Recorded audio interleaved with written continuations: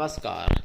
जय तंत्र मंत्र केंद्र में मैं आप सबका हार्दिक स्वागत एवं अभिनंदन करता हूं।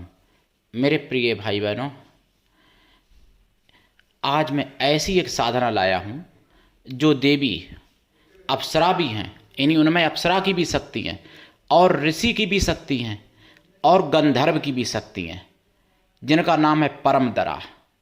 देवी पुराण के अनुसार परमदरा की साधना, जो रुरु मुनि की पत्नी परमदरा, जिसके लिए आपको देखना होगा हमारा वीडियो अंत तक। यदि आपने हमारा चैनल अभी तक सब्सक्राइब नहीं किया है तो तुरंत लाल वाली बटन दबाओ और घंटी बजा दो। आप हमारे चैनल के सब्सक्राइबर बन जाओगे, कोई शुल्क एवं चार्ज भी नहीं कटेगा। आप हमारे वीडियो को फेसबुक और व्हाट्सएप पर, ट्विटर अकाउंट के माध्यम से और इंस्टाग्राम पर अधिक से अधिक शेयर करें। लाइक और कमेंट करना भी आपका धर्म है। दुनिया में जिसका कोई नहीं, मैं उसका हूँ। अगर आपको अपनों ने धोखा दिया है, यदि आपको परायों ने धोखा दिया है, तो आप एक बार मुझे अवश्य आजमाएं। हमारा मोबाइल नंबर है 9305 63 71 73। इसी नंबर पर संपर्क करें।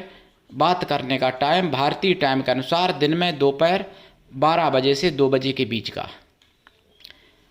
अगर आप सच्चा, पवित्र, निस्वार्थ दिव्य प्रेम पाना चाहते हैं या देना चाहते हैं तो आपका स्थान मेरे लिए मेरे प्राणों से भी करोड़ों गुना ऊपर है।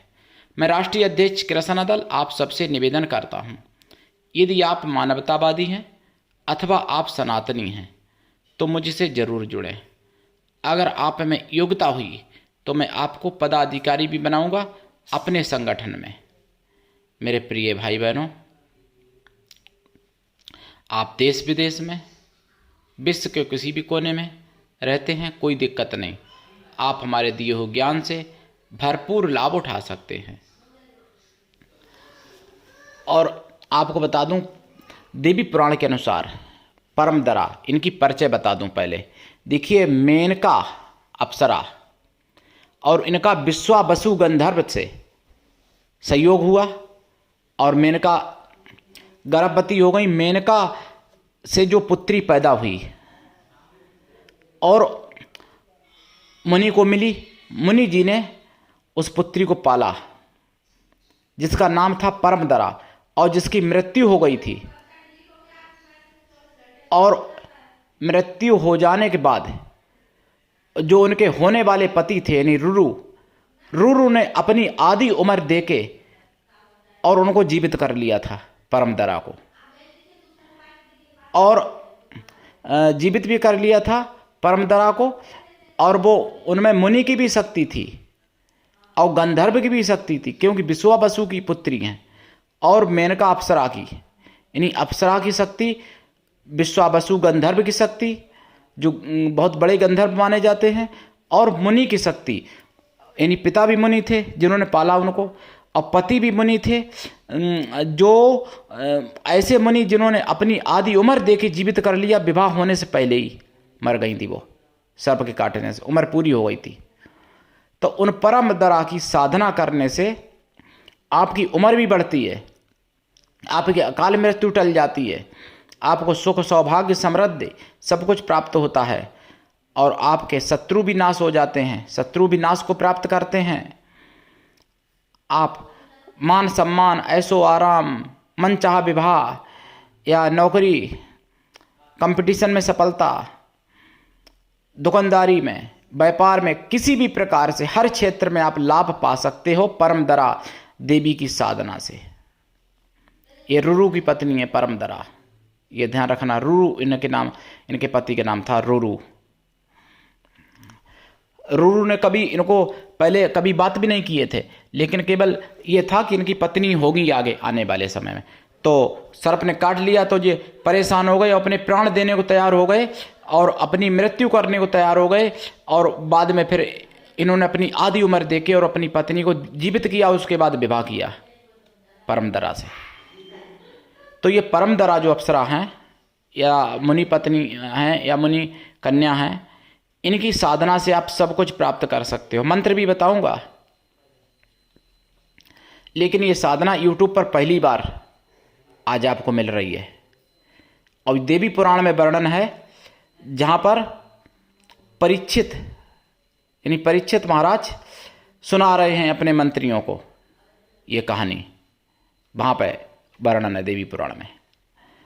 तो अब इनकी मैं साधना कैसे करेंगे देखिए, आपको बता दें, पूर्व या उत्तर दिशा की तरफ मुख करके लाल या पीले आसन पर बैठें, फिर रुद्राक्ष की माला से या लाल चंदन की माला से या लाल हकीक की माला से या सफ़ेद चंदन की माला से या स्फटिक की माला से इस मंत्र का 125 लाख जाप करें। जाप का दशांश हवन करें, हवन का दशांश तर्पण करें, तर्पण का दशांश मार्जन कर दें, मार्जन का दशांश ब्राह्मण पवित्र पतिव्रता स्त्रियों को भोजन करा दें, या फिर ब्राह्मण पवित्र कन्याओं को भोजन करा दें, या फिर किसी भी जाति या वर्ण की स्त्रियां या कन्याओं को भोजन करा सकते हैं, लेकिन वो शुद्ध शाकाहारी हों, मन से पवित्र हों, या फिर उतने ब्राह्मणों को भोजन करा दें या उतनी गौ माताओं को भोजन करा दें, और कृपा होगी जरूर।